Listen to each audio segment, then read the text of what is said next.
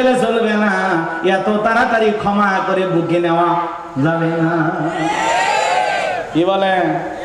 তাহলে আবার ধারে ছেড়ে বসবে, ধারে ছেড়ে বসবে। আজকে ঢাকা শহরে ব্যানার নিয়ে মিছিল দেখছেন, মিছিল করতে স্যার এদিক ওদিক তাকাচ্ছে, মানে ওরা ভয় করে, বেশি তো বাড়াবার পারে না, বোঝেন না? 15-20 জন করে মিছিল করে, লাইভ করে। আর ওটা আবার যারা বোঝেন নিয়ে পূর্বের দলের উত্তরসূরি আছে, আলহামদুলিল্লাহ ঢাকায় বিশাল মিছিল, 20 জন মানুষ সেটা বলে বিশাল মিছিল।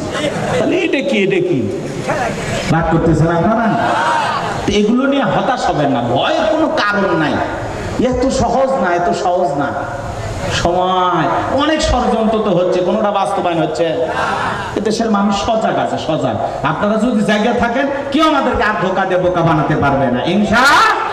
জি, এদেশ আমাদের, আমাদের কারো বাপ দাদার নামে লিখে দেওয়া হয়নি, কথা কয় না। এ দেশের মাটি আমাদের, এ দেশ আমাদের, বাংলাদেশি আমরা, অরিজিনাল দেশি মাল। কথা কয় না গে?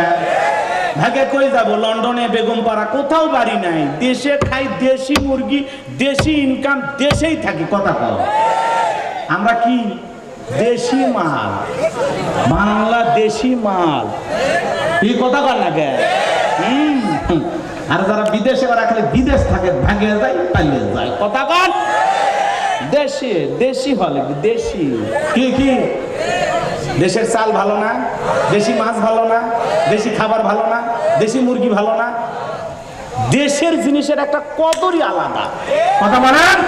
আল্লাহ আমাদের বুঝ দান করুন। আমার ভাইরা মন খারাপ করবেন না। নবীর কথা শোনার পরে বেলাল ডেকে বলে, নবী গো, আমার জীবনের কোনো দাম নাই। আমার মনে মামাইকে বলেছিলাম, উর্দুম্বা ছাগল পেশাব পায়খানা করে দেয়, এই ঘরে থাকতে আমার বড় কষ্ট হয়।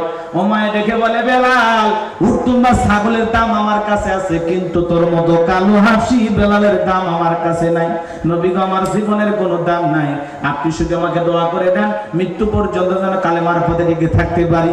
এই কথা বলার পরে হযরত বেলাল চলে গেলেন। পরের দিন সকালবেলা সূর্য উদয় হয়ে গেছে, অনেকটা বেলা হয়ে গেছে।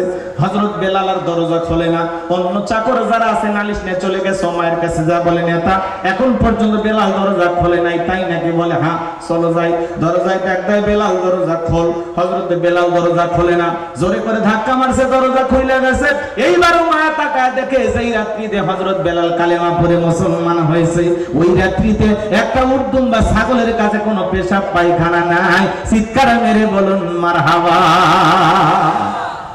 আমার ভাইরা এইবার উমায়া ডেকে বলে, এ চাকরের দল, বেলালের বিরুদ্ধে মিথ্যা অভিযোগ দাও।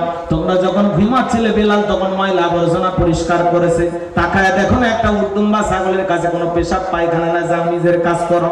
এই কথা বলে ওদেরকে তাড়িয়ে দিলেন। এক পা দুপা করে বেলালের কাছে চলে গেলেন। হযরতে বেলাল দেয়ালে পিঠটা লাগায় জিহ্বা নাড়ায় জিকিরি করে এইবার বেলালের কাছে যায়, হালকা করে মৃদু আঘাত করেছেন যখন, জবান দিয়ে কালেমার আওয়াজ বের হয়েছে, তখন উমাইয়া ডেকে বলে, বেলাল, তোর জবান দিয়ে কি শুনলাম, তুমি কি মুসলমান হয়েছো? হযরতে বেলাল ডেকে বলে, মুসলমান হয় যারা মিথ্যা কথা বলতে পারে না তারা, ওয়াকুলু কাওলান সাদীদা। মুসলমানেরা হবে সত্যবাদী, মুসলমানেরা মিথ্যাবাদী হতে পারে না। ও আমার বড় উমাইয়া, গতকাল রাত্রিতে বিশ্ব নবীর হাতে হাত রেখে আমি কালেমা পড়ে মুসলমান হয়েছি। এই কথা শোনার পর উমাইয়া ডেকে বলে, বেলাল, কয়েকদিন আগে নেতা আবু জেহেল ঘোষণা করেছে, রাজদাসীর দিকে নজর রাখবা, মুহাম্মাদের তালে পড়ে খবরদার তারা যেন কালেমা না পড়ে। কয়েকদিন আগেই মিটিং আলোচনা হয়েছে, বিশেষ গোল টেবিল বৈঠক হয়েছে, টকশো হয়েছে, কথা কর, বোঝেন না, বোঝেন না, বোঝেন না। গোপন মিটিং হয়, গোপন আলোচনা হয়, মনে রাখবেন, যত গোপন তত হবে ওপেন। কোরআনের বাকি আল্লামা সাইদির বিরুদ্ধে যারা সাক্ষী দিয়েছিল, ওরা এখন বলে পিস্তল ঠেকায়া আমাদের কাছ থেকে সাক্ষী নিয়েছে। তার মানে সাইদি যারা হয় এরা অপরাধী নয়, যারা সাইদিকে ফাঁসিয়েছে আজকে জাতির সামনে তারা কলঙ্কিত। পিস্তল ঠেকিয়ে সাক্ষী নিয়েছে, বলে জীবনের ভয়ে, জান বাঁচানোর তাগিদে আলেমের বিরুদ্ধে সাক্ষী দিয়েছে। তার মানে দেশের আলেমেরা কখনো ধর্ষণকারী হতে পারে না। আল্লামা সাইদির কোনো অপরাধ ছিল না, কোরআনের পাখিকে ষড়যন্ত্র করে বিদায় করেছে, কথা বলে ঠিক না? আমার ভাইরা, আমি যে কথা বলতে চাচ্ছিলাম, দিল দিয়ে কথাগুলো বুঝবেন, বোঝার চেষ্টা করবেন। বাজার এইবার ওমায় ডেকে বলে বেলাল উট্টুম্বা ছাগলের মালিক বানায় দিব, ভালো ঘরের ব্যবস্থা করে দেব, নবী মুহাম্মাদের কালেমাটা ত্যাগ করো, নবী মুহাম্মাদের কালেমাটা ত্যাগ করো। হযরত বেলাল দেখে বলে উমাইয়া দুনিয়ার পার্থিব সম্পদের বিনিময়ে বেলাল তার ঈমান বিক্রি করবে না। এইবার দেখে বলে আমার কথা না শুনলে বড় নেতা আবু জেহেলকে খবর দেব। হযরত বেলাল দেখে বলে কোন বড় নেতা ছোট নেতা এখন কাউকে গুনার টাইম নাই, আমি দুনিয়ার কোন আবু জেহেলকে ভয় করি না, আমি ভয় করি আমার আল্লাহকে। এইবার উমাইয়া দৌড়ে চলে গেল আবু জেহেলের বাড়িতে, যায় বলে নেতার সংবাদ খুব খারাপ, আমার বাড়ির কৃতদাস বেলাল কালেমা পড়ে মুসলমান হয়েছে, তাই নাকি? বলে হ্যাঁ ঠিক আছে যাও আমি আসতেছি। এইবার আবু জেহেল তার সাঙ্গু পাঙ্গু ক্যাডার মাস্তান ছিল যাদের নিয়া সাহাবায়ে কেরামদের উপর নির্যাতন জুলুমের স্টিম রোলার চালাইতো। আজও তাম পৃথিবীর দিকে তাকায় দেখবেন জালেমদের বিশেষ একটা বাহিনী থাকে যাদের কাজই হলো টুপিওয়ালা দাড়িওয়ালা আলেমদেরকে জঙ্গির নাটক বানায়া জাতির সামনে সন্ত্রাসী বলে পরিচয় দেওয়া। কথা বলেন, জঙ্গির নাটক করত। পরিচালক কে ছিল? শেখ হাসিনা। নাটকের পরিচালক কে? হ্যাঁ, এদেশে জঙ্গি আছে ভাই? এই যে 1 বছর পার হলো, জঙ্গি দেখছেন তুই একটা? সব নাটক বানাইতো ওরা। আগে ভাগে কয়েকটা বই রাখতো, কিছু বোমার জিনিসপত্র রাখতো, আর দাঁড়িয়েলা 2-4 জনক নিয়ে যায় রাখে। বিশেষ র্যাব নিয়ে পুলিশ নিয়ে কি হচ্ছে, বিশাল একটা অভিযান চলতেছে, একেবারে লাইট ক্যামেরা অ্যাকশন। কি কর? আর ভিতরে জঙ্গির নাটক বানাচ্ছে। কিছু জিয়াদি বইতে বলতো এরা সব জঙ্গি। হ্যাঁ, আর ওরা ছিল আবু জেহেলের সঙ্গী। কথা কোন ঠিক কে না? আমার ভাইয়েরা, লম্বা হবে বলে দুঃখ জমা আছে ভাই, এই জন্য মাঝে মাঝে একটু এদিক সেদিক যায়, আপনারা মন খারাপ করবেন না, আমি আপনাদেরকে ভালোবাসি। আল্লাহর কোরআনের কথাগুলো বলতেছি, কষ্ট হয়। বাস্তবতার আলোকে যদি একটু নাড়াচাড়া না দেওয়া যায় আলোচনা বুঝবেন না, খালি কানে টান দিয়া আলোচনা করে হাত দিয়ে নিয়ে গেলে হবে না, জাতিকে সচেতন করার দরকার আছে না নাই? এইবার চলেন, আমি যে কথা বলছিলাম, আবু জেহেল তার সাঙ্গ পাঙ্গু ক্যাডার মাস্তান সঙ্গে নিয়ে ওমায়ের বাড়িতে চলে আসে। বেলালকে দেখে বলে বেলাল এদিকে আয়, তোরে আমি পার্সোনাল ভাবে মহব্বত করি, ভালোবাসি রে বেলাল। এসব কি শুনছি তুমি নাকি মুহাম্মাদের দলে নাম লেখাইছো, কালেমা পড়ে মুসলমান হয়েছে? হযরত বেলাল দেখে বলে যা শুনেছেন সত্য, আমি মুসলমান হয়েছি। এই কথা শোনার পরে আবু জেহেল দেখে বলে বেলাল 1 নাম্বার আমি তোরে উটদম্বা ছাগলের মালিক বানায় দেব, 2 নাম্বার ঘর বাড়ির ব্যবস্থা করে দেব, 3 নাম্বার তুমি যদি যাও ব্যবসা বাণিজ্য করবা, টাকা পয়সা যা লাগে আমি তোমাকে দেব, আর 4র্থ নাম্বার প্রস্তাব বেলাল এখন তুমি যা চাও আমরা তোমার সব চাহিদাটা পূরণ করব। হযরতে বেলাল দেখে বলে আবু জেহেল রে, দুনিয়ার সব সম্পদ যদি আমি বেলালকে দিতে চাও, দুনিয়ার সব সম্পদ ছাড়তে রাজি, বিশ্ব নবীর কালেমা ছাড়তে রাজি নাই। বলুন সুবহানাল্লাহ। বেলালের মতো যারা খাঁটি ইমানদার এদেরকে টাকা দিয়ে কেনা যায় না, কিন্তু মুনাফিক মার্কা মুসলমান যারা টাকার বান্ডিলের কাছে বিক্রি হয়, তারা টাকা পাইলের বাতিলের পাঁচাটা গোলাম হয়ে যায়। কথা কি বোঝে? এইবার বেলালের কথা শোনার পরে আবু জেহেল দেখে বলে বেলাল এত বড় লোভনীয় প্রস্তাব দিলাম রাজি হইলা না, সোজা আঙ্গুলে ঘিউ নাও, আঙ্গুলে একটু বাঁকা করা লাগবে। এই কথা বলে যুবকদের লেলে দিলে চাবুক দিয়ে পিটাও। হযরত বেলালকে চাবুক দিয়ে পিটানো শুরু করো। হযরত বেলালকে পিটাইতে পিটাইতে কালো চামড়া গুলো ফেটে রক্ত ঝরা শুরু হয়ে গেল।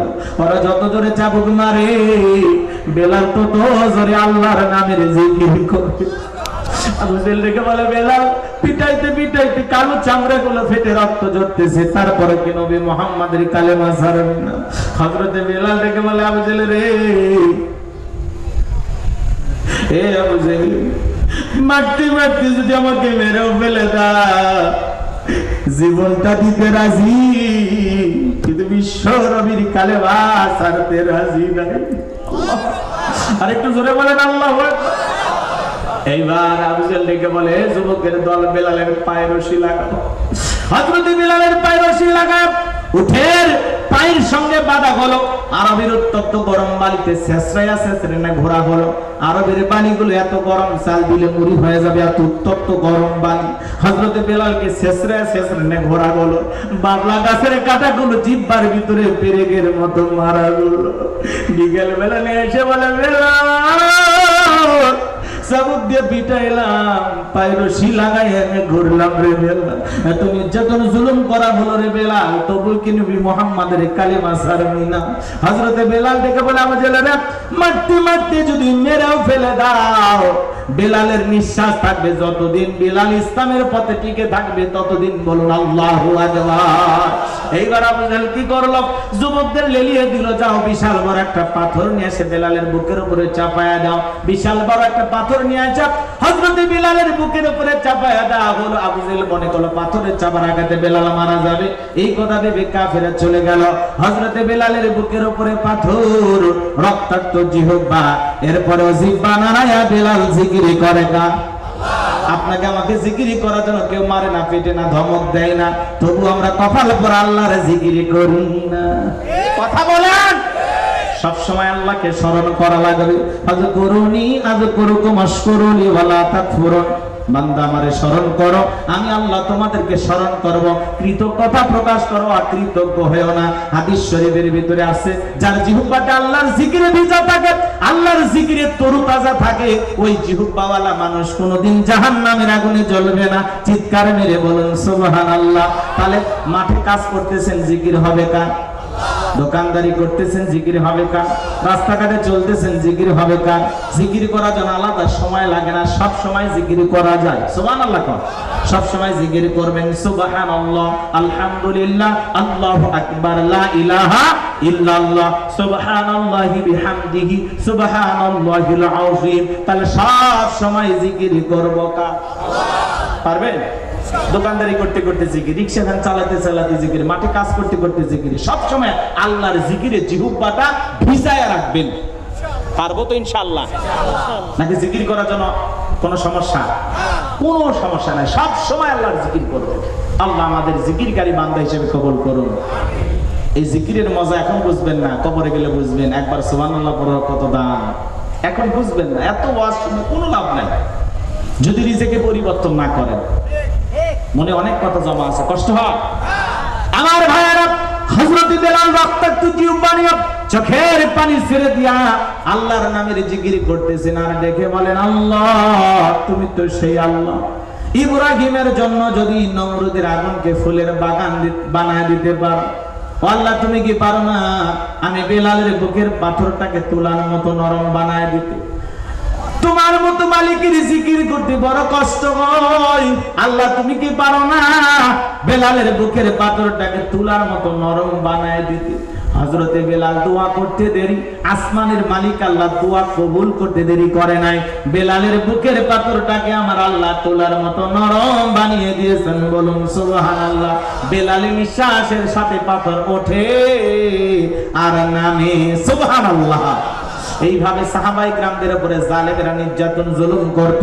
সাহাবায়ে কিরামদের নির্যাতন জুলুমের ঘটনা যদি আমি বলতে চাই সারা রাত চলে যাবে, বাজার লম্বা হবে, লম্বা করার সুযোগ নাই। বেলালের উপর নির্যাতন জুলুমের কথা বিশ্ব নবীর কান পর্যন্ত যখন পৌঁছে গেল, নবী আমার আবু বকরকে ডেকে বলল, আবু বকর, বেলালের কষ্টের কথা আমার আর সহ্য হয় না, যাও যাও তুমি আমার বেলালের জন্য একটা কিছু করো। হযরত আবু বকর সিদ্দিক রাদিয়াল্লাহু তাআলা আনহু কয়েক গুণ দাম বেশি দিয়া গোলামীর জীবন থেকে হযরত বেলালকে আজাদ করলেন, মুক্ত করলেন। বলুন আল্লাহু আকবার।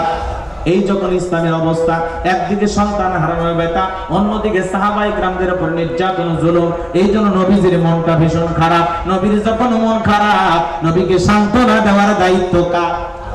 আর একটু জোরে বলেন। নবীর মন খারাপ, সান্ত্বনা দেবেন কে? আমার আল্লাহ ডেকে বলে, জিবরাইল আমার বন্ধুর মনটা হয়েছে ভারী, আমি আল্লাহ সইতে নাহি পারি।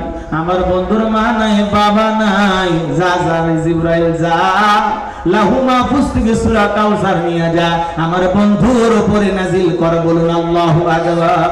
হযরতে আনাস ডেকে বলেন, নবী এই মাত্র দেখলাম মনটা খারাপ, আবার কেনই বা মুস্কি মুস্কি হাসেন?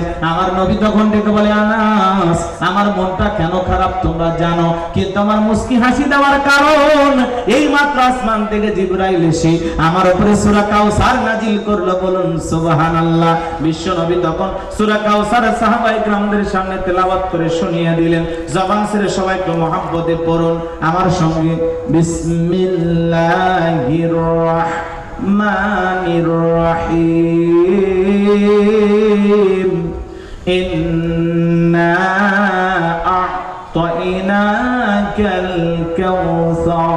ফাসাল্লি লিরাব্বিকা ওয়ানহার ইন্না শানিয়াকা হুয়াল আবতার। আল্লাহু আকবার। আরেকটু জোরে বলেন আল্লাহু আকবার। আমার আল্লাহ রাব্বুল আলামিন জানিয়ে দিলেন ইন্না